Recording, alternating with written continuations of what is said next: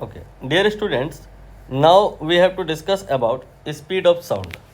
Based on that, we have this question over here, जो कि आपके एग्ज़ाम में आया हुआ है. इसको भी करेंगे, बट बिफोर दैट मैं शॉर्ट में आपको थ्योरी ब्रीफ किए दे रहा हूँ. बात करनी है हमें यहाँ स्पीड ऑफ साउंड की. पहले थोड़ी सी बात साउंड की कर लेते हैं. साउंड ये एक प्रकार की वेव है, और वेव जो होती हैं वो दो प्रकार की होती हैं, एक मैकेनिकल और एक नॉन मैकेनिकल. साउंड ये मैकेनिकल वेव है. ये मैकेनिकल वेव क्या होता है? मैकेनिकल वेव आर दोज जिनके लिए मीडियम रिक्वायर्ड है.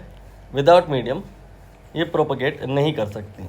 सपोज करिए हमारे पास में 2 एस्ट्रोनॉट्स हैं और ये स्पेस में हैं, और ये हेलो हेलो इस तरह से बार बार चिल्ला रहा है, लेकिन इसको सुनाई नहीं देगा. क्यों? क्योंकि यहाँ पर कोई मीडियम नहीं है, न सॉलिड है, न लिक्विड है, न गैस है. ड्यू टू दैट इससे प्रूफ हुआ कि जो साउंड है वो मैकेनिकल वेव है. इस बात को समझने के लिए ज़रूरी नहीं है कि आप स्पेस में ही जाएं. डेली लाइफ में भी हम एक्सपीरियंस कर सकते हैं इस चीज़ को. ये ग्लास की एक प्लेट है, ये एक और प्लेट है, और यहाँ पर आप खड़े हो जाइए और हेलो हेलो चिल्लाइए, और यहाँ पे ये चाउमीन या मोमोज़ या बर्गर बेचने वाला है, ये आपकी बात सुन नहीं पाएगा.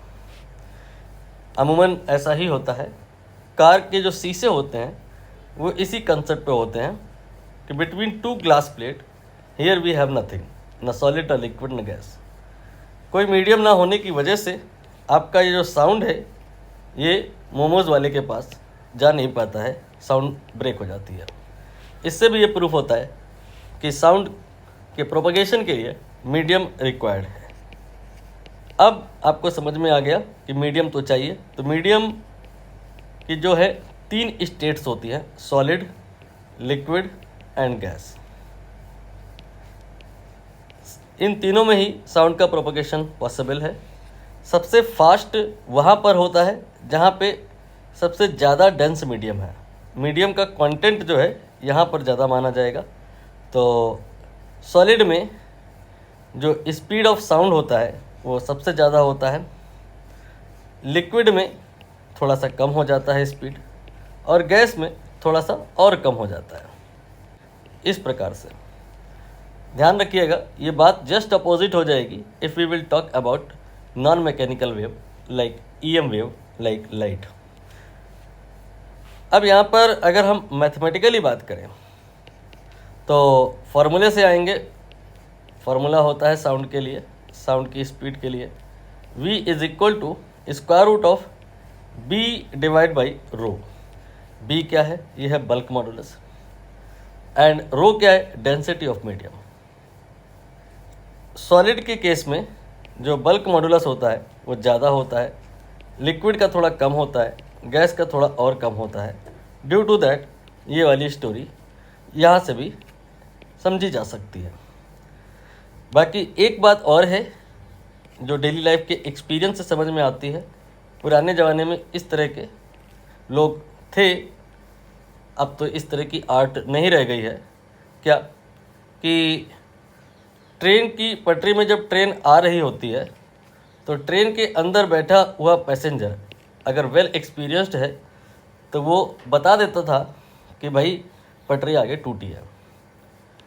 या यू कैन से कभी कभी लोग ट्रेन के आने का जो इंडिकेशन है ट्रेन की पटरी पर अपने कान को लगा करके देख लेते हैं और बता देते हैं. ट्रेन एक्चुअली दिखाई नहीं दे रही होती है इस अगले को, बट यहाँ पर सॉलिड पर अपने कान को रख करके सुनता है तो उसे सुनाई देता है.